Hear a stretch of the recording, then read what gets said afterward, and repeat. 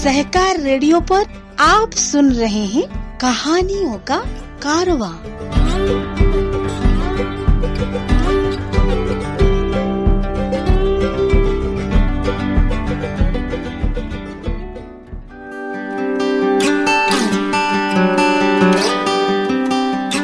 सहकार radio के श्रोताओं को पवन का नमस्कार। साथियों, कहानियों का कारवां में सुनिए फ्रांक पावलोव की कहानी सुबह का रंग भूरा, जिसका हिंदी अनुवाद किया है शिव प्रसाद जोशी ने। इस कहानी को इसके संपादकीय परिचय के साथ हमने लिया है ahvanmag.com से। पेशे से मनोवैज्ञानिक और बाल अधिकारों के विशेषज्ञ फ्रांसीसी लेखक पावलोव ने ये कहानी 1988 में फ्रांस की राजनीति में धुर दक्षिणपंथी ताकतों के बढ़ते असर के दौर में लिखी थी। एक सर्वसत्तावादी समाज किस तरह से सोच विचार के तरीकों से लेकर रहन सहन और जीवन शैलियों की स्वाभाविकता में खलल और आखिरकार डकैती डालकर उन्हें गिरवी बना लेता है। ये कहानी इसका दस्तावेज है, जिसका कि मूल नाम मार्टिन ब्रून है। स्वेच्छाचारी, निरंकुश और फासिस्ट चरित्र वाला राज्य किस तरह हर सोच, हर पसंद, जीने की हर शैली को एक ही रंग में ढाल देना चाहता है। ये छोटी सी कहानी इसे बेहद मारक ढंग से हमारे सामने रखती है। शीर्षक नाजी पार्टी की पोशाक, ब्राउन शर्ट्स की याद दिलाता है। संपादक ahvanmag.com। तो सुनिए ये कहानी सुबह का रंग भूरा।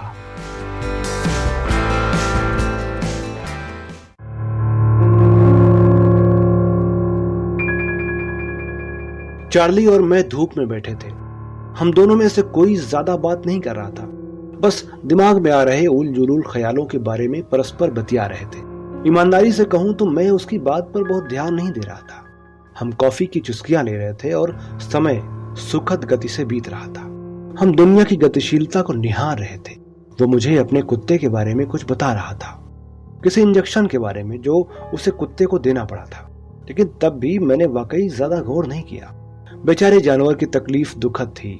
हालांकि ईमानदारी से कहें तो उसकी उम्र 15 साल थी, जो कि कुत्ते के लिए एक भरी पूरी आयु है। इसलिए आप सोच सकते थे कि वो इस बात से वाकिफ है कि कुत्ते को किसी दिन जाना ही है। देखो, चार्ली ने कहा, मैं उसे भूरे रंग का तो नहीं बता सकता था। हाँ, जाहिर है, आखिर वो लेब्राडोर था, काला लेब्राडोर ही तो था ना। खैर छोड़ो, उसे हुआ क्या था? कुछ भी नहीं, बस यही कि वो भूरा कुत्ता नहीं था, बस इतना ही। क्या तो उन्होंने अब कुत्तों पर भी शुरू कर दिया है? हाँ, पिछले महीने बिल्लियों के साथ ऐसा हुआ था। मैं बिल्लियों के बारे में जानता था। मेरे पास भी एक थी, एक आवारा बिल्ली जिसे मैंने पाला था। काले और सफेद रंग की एक नन्ही सी गंदी सी बिल्ली। मैं उसे पसंद करता था, लेकिन मुझे उससे छुटकारा लेना पड़ा। मेरे कहने का मतलब है कि उनके पास भी तर्क हैं। बिल्लियों की आबादी बेकाबू हो रही थी और जैसा कि सरकारी वैज्ञानिक कह रहे थे कि मुख्य चीज है भूरी बिल्लियों को ही पालना। ताजा प्रयोगों के मुताबिक भूरे पालतू जानवर दूसरों के मुकाबले हमारी आधुनिक शहरी जिंदगी के लिहाज से ज्यादा अनुकूल हैं। वे कम गंदगी करते हैं और खाते भी बहुत कम हैं। किसी भी हालत में बिल्ली आखिर बिल्ली है और भूरे रंग से इतर रंग वाली बिल्लियों से छुटकारा पाकर एक बार में ही समस्या का निदान कर लेना ही समझदारी की बात है। सैनिक पुलिस आर्सेनिक की गोलियां मुफ्त दे रही थी। आपको ये करना होता था कि उनके खाने में गोलियां मिला दो और कहानी खत्म। एक बार की मेरा दिल टूट गया, लेकिन मैं जल्द ही इससे उबर गया। मुझे ये बात मान लेनी चाहिए कि इस खबर ने मुझे थोड़ा सा झंझोड़ दिया था। मुझे नहीं पता था कि क्यों। शायद इसलिए कि कुत्ते अपेक्षाकृत बड़े होते हैं, या शायद इसलिए कि वे मनुष्य के सबसे अच्छे दोस्त होते हैं, जैसा कि कहा जाता है। खैर, चार्ली ने इस मामले में कदम बढ़ा ही दिए थे और ये सही भी था। आखिरकार इन चीजों के बारे में ज्यादा माथापच्ची करने से कुछ होना हमारा नहीं था। और जहां तक भूरे कुत्तों की बात है कि वे औरों से बेहतर हैं, मैं समझता हूँ ये बात सही ही होगी। हम दोनों के बीच ज्यादा कुछ बात करने लायक नहीं बचा, तो थोड़ी देर बाद हमने अपनी अपनी राह ली। लेकिन दिमाग के एक कोने में मुझे लग रहा था कि कुछ अनकहा रह गया है। बाकी का दिन इसी संदेह के साए में गुजरा। इस घटना को ज्यादा दिन भी नहीं हुए थे कि चार्ली को ब्रेकिंग न्यूज देने की मेरी बारी आ गई। मैंने उसे बताया कि डेली अब कभी नहीं छपेगा। द डेली, जिसे वो कॉफी पीते हुए हर सुबह पढ़ता था। तुम कहना क्या चाहते हो? क्या वे हड़ताल पर हैं? क्या वे दिवालिया हो गए हैं या कुछ और? नहीं, ऐसा कुछ भी नहीं हुआ है। इसका संबंध कुत्तों वाले मामले से है। क्या? भूरे वाले? बिल्कुल सही। एक भी दिन ऐसा नहीं गुजरा जब उन्होंने उस नए कानून के बारे में अखबार में चर्चा न की हो। बात यहाँ तक आ पहुंची कि उन्होंने वैज्ञानिक तथ्यों पर ही सवाल उठाने शुरू कर दिए थे। मेरे कहने का मतलब ये कि पाठकों को पता ही नहीं था कि वे और क्या सोचें। उनमें से कुछ ने अपने कुत्ते छुपाने शुरू कर दिए थे। लेकिन ये तो संकट को बुलावा है। हाँ बिल्कुल, और इसीलिए अब अखबार पर पाबंदी लगा दी गई है। तुम मजाक कर रहे हो? रेसिंग का क्या होगा? मेरे दोस्त, अब तुम्हें उस बारे में टिप्स आने वाले दिनों में ब्राउन न्यूज से लेनी होगी। नहीं लोगे क्या?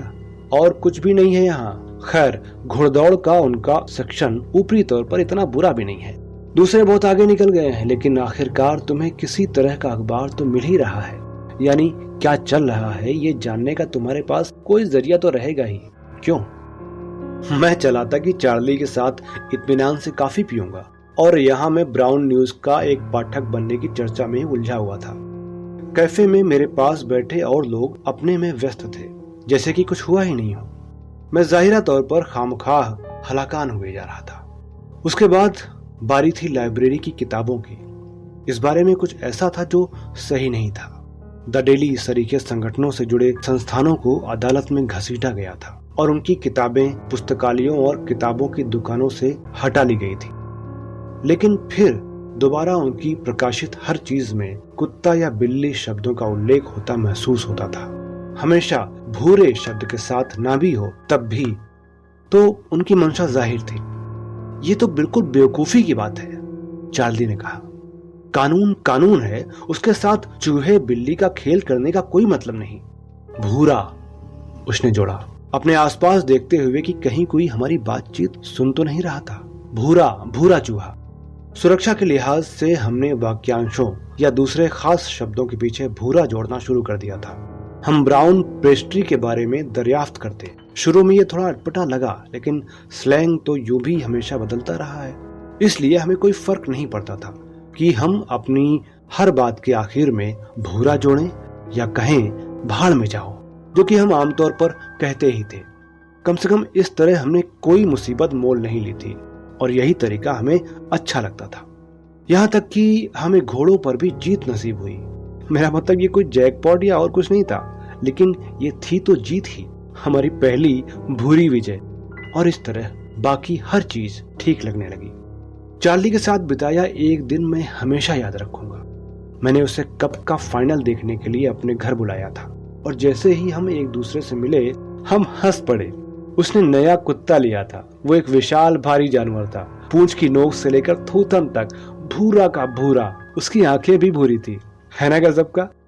ये मेरे पुराने कुत्ते से ज्यादा दोस्ती वाला है, ज्यादा स्वामी भक्त भी। मैं भी उस काले लेब्राडोर के बारे में क्या बातें लेकर बैठ गया था। जैसे ही उसने ये कहा, उसके नए कुत्ते ने सोफे के नीचे छलांग मारी और भौंकना शुरू कर दिया, और हर भूख में मानो वो कहता था, मैं भूरा हूँ, मैं भूरा हूँ, और कोई मुझे नहीं बताता कि मुझे क्या करना है। हमने उसे हैरत से देखा। तुम भी? चार्ली ने कहा। मैं डर गया हूँ। आप देखिए, उसी वक्त मेरी नई बिल्ली कमरे में कूदी और अलमारी के ऊपर छिपने के लिए पर्दे पर जा चढ़ी। भूरे फर वाली बिल्ली और वे भूरी आंखें, जो लगता था आप जहां जहां जाते हैं वे आपका पीछा करती रहती हैं। और इसलिए हम दोनों हंस पड़े थे। संयोग के भी क्या कहने, मैं भी बिल्ली वाला आदमी हूँ वैसे। देखो देखो कितनी प्यारी बिल्ली है ना? सुंदर, उसने अपना सिर हिलाते हुए कहा। फिर हम टीवी की ओर मुखातिब हुए। हमारे दोनों भूरे जानवर अपनी आंखों के कोनों से एक दूसरे को होशियारी से घूर रहे थे। मैं आपको नहीं बता सकता कि इतना सब होने के बाद आखिर उस दिन फाइनल किसने जीता। मैं उस दिन को वास्तविक हंसी के दिन की तरह याद करता हूँ। हमने वाकई महसूस किया कि शहर भर में जो बदलाव किए जा रहे थे उनके बारे में आखिरकार चिंतित होने की कोई वजह नहीं। मतलब आप वही करते थे जो आपसे अपेक्षित था और आप सुरक्षित थे। शायद नए निर्देशों ने हर एक की जिंदगी आसान बना दी थी। जाहिर है मैंने उस छोटे से बच्चे को भी अपने ख्यालों में जगह दी थी जो उस दिन सुबह मुझे दिखा था। वो सड़क के दूसरे किनारे पर घुटनों के बल बैठा रो रहा था। उसके सामने जमीन पर एक नन्हा सा सफेद कुत्ता मरा पड़ा था। मैं जानता था कि वो जल्द ही इस हादसे से उभर जाएगा। आखिरकार ऐसा नहीं था कि कुत्तों की मनाही कर दी गई थी। उसे करना यह था कि भूरा कुत्ता लाना चाहिए था। आपको ठीक वैसा ही गोद में खिलाया जाने वाला पूडल मिल सकता था जो वहाँ उस बच्चे के पास था। तब वो भी हमारी तरह होता। ये जानकर अच्छा लगता है कि आप कानून का सही पालन करते हैं। और फिर कल ठीक ऐसे वक्त जब मुझे लगता था कि सब कुछ सही है, मैं बाल बाल बचा, वरना सेना पुलिस ने मुझे घेर लिया होता। भूरी पोशाक वाले लोग, वे कभी भी आपको यूं ही नहीं जाने देते। खुशकिस्मती से उन्होंने मुझे नहीं पहचाना क्योंकि वे इलाके में नए थे और हर किसी को अभी नहीं जानते थे। मैं चार्ली के घर जा रहा था। इतवार का दिन था और मैं उसके घर ताश खेलने जा रहा था। मैं अपने साथ बियर की कुछ बोतलें भी ले जा रहा था। आपको ताश के मजेदार खेल तो जब तक खेलने ही रहने होंगे। मेज पर ताल बजाते हुए और कुछ चना चबेना करते हुए 2-1 घंटे बिताने की ही बात थी। जैसे ही मैं सीढ़ियों पर चढ़ा, मुझे अपनी जिंदगी का पहला धक्का लगा। उसके घर का दरवाजा खुला पड़ा था और सैनिक पुलिस के 2 अफसर दरवाजे के सामने खड़े थे। वे लोगों से चलते रहने को कह रहे थे। मैंने ऐसे जाहिर किया कि जैसे मैं ऊपर की मंजिल के किसी फ्लैट में जा रहा हूँ और सीढ़ियों पर चढ़ गया। ऊपर से लिफ्ट के जरिए नीचे उतर आया। बाहर सड़क पर फुसफुसाहटें शुरू हो चुकी थी। लेकिन उसके पास तो भूरा कुत्ता है, हम सबने देखा है। ठीक है, हाँ, लेकिन वे कह रहे हैं कि पहले तो उसके पास काला था। पहले? हाँ, पहले। आपके पास पहले से ही कोई भूरा कुत्ता ना होना भी एक जुर्म है और इस बात की जानकारी मिलना मुश्किल नहीं है। वे कुछ नहीं करेंगे, सिर्फ पड़ोसियों से पूछ लेंगे, बस। मैं फौरन चला आया। मेरी गर्दन के पीछे पसीने की ठंडी धार रेंगती हुई चली गई। अगर पहले आपके पास किसी और रंग का जानवर होना अपराध है तो सैनिक पुलिस किसी भी वक्त मेरे भी पीछे लग जाएगी। मेरे ब्लॉक में सब जानते थे कि पहले मेरे पास एक काली सफेद बिल्ली थी। पहले मैंने इस बारे में तो कभी सोचा ही नहीं था। आज सुबह ब्राउन रेडियो ने समाचार की पुष्टि कर दी। गिरफ्तार किए गए 500 लोगों में चार्ली भी था। अधिकारियों का कहना था कि भले ही उन लोगों ने हाल में भूरा जानवर खरीद लिया हो, लेकिन इसका ये अर्थ नहीं था कि उन्होंने वास्तव में अपने सोचने का तरीका भी बदल लिया हो। किसी पुराने समय में ऐसे कुत्ते या बिल्ली का स्वामी होना जो कानून के मुताबिक नहीं है, एक अपराध है, उद्घोषक ने ऐलान किया। फिर उसने जोड़ा, ये राज्य के विरुद्ध अपराध है। उसके बाद जो हुआ वो और भी बुरा था। अगर आपने खुद कभी कुत्ते या बिल्ली न रखे हों, लेकिन अगर आपके परिवार में किसी ने, आपके पिता या भाई या रिश्तेदार ने अपनी जिंदगी में कभी भी ऐसे कुत्ते बिल्ली पाले हों जो भूरे न रहे हों, तो ऐसी स्थितियों में आप दोषी हैं। आप हर हाल में दोषी हैं। मुझे नहीं मालूम कि उन्होंने चार्ली के साथ क्या किया। ये पूरा मामला हाथ से निकल रहा था। दुनिया बौरा गई थी और मैं अब तक सोच रहा था कि मैं अपनी नई भूरी बिल्ली के साथ सुरक्षित हूँ। जाहिर है, अगर वे पहले पाले गए जानवर के रंग को आधार बनाएं, तो जिसे चाहे उससे गिरफ्तार कर सकते हैं। मैं उस रात पलक तक नहीं झपका सका। मुझे शुरू से ही ब्राउन्स पर संदेह होना चाहिए था। जानवरों के बारे में उनका पहला कानून, मुझे उस समय कुछ कहना चाहिए था। आखिरकार वो मेरी बिल्ली थी और कुत्ता चार्ली का था। हमें सिर्फ ये कहना चाहिए था कि नहीं, उनके सामने खड़ा हो जाना चाहिए था। लेकिन हम क्या कर सकते थे? मतलब सब कुछ इतनी तेजी से हुआ और फिर कामकाज भी था और दुनिया भर की दूसरी चिंताएं, और यूं भी हम कोई अकेले तो थे नहीं। हर किसी ने ऐसा किया था, अपने सिर झुकाए रखे। हम महज थोड़ी सी शांति और तसल्ली चाहते थे। कोई दरवाजा खटखटा रहा है। ये तो सुबह का वक्त है। सुबह, बहुत सुबह। अभी तो उजाला भी नहीं फूटा है। अभी तो सुबह का रंग भूरा है। जोर जोर से दरवाजा पीटना बंद करो, मैं आ रहा हूं।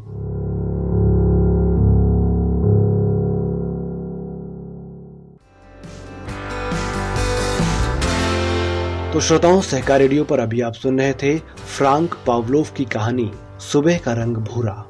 इस कहानी का हिंदी अनुवाद किया था शिव प्रसाद जोशी ने और इसे हमने संभाल लिया था ahvanmag.com से। आशा है कहानी आपको पसंद आई होगी। इसे अन्य लोगों को भी शेयर करना ना भूलें। अगर आप सहकार रेडियो का कार्यक्रम पहली बार सुन रहे हैं और हमसे जुड़ना चाहते हैं तो हमारे व्हाट्सएप ग्रुप में जुड़ने के लिए 9617226783 पर नाम और जिला लिखकर भेजें। अगर आप हमसे फेसबुक पर जुड़ना चाहते हैं तो हमारा पेज लाइक करें और यूट्यूब पर जुड़ने के लिए हमारा चैनल सब्सक्राइब करें। अधिक जानकारी के लिए हमारी वेबसाइट www.सहकाररेडियो.com पर विजिट करें। और हाँ, अगर अभी तक आपने सहकार रेडियो की सदस्यता नहीं ली है तो जरूर लें और सहकार रेडियो के संचालन में अपनी आर्थिक भागीदारी भी सुनिश्चित करें। सदस्यता की लिंक डिस्क्रिप्शन में दी जा रही है। तो कहानियों के इस कारवां में अगले हफ्ते किसी और कहानी के साथ आपसे फिर मुलाकात होगी। तब तक के लिए दीजिए इजाजत मुझे यानी पवन को। नमस्कार।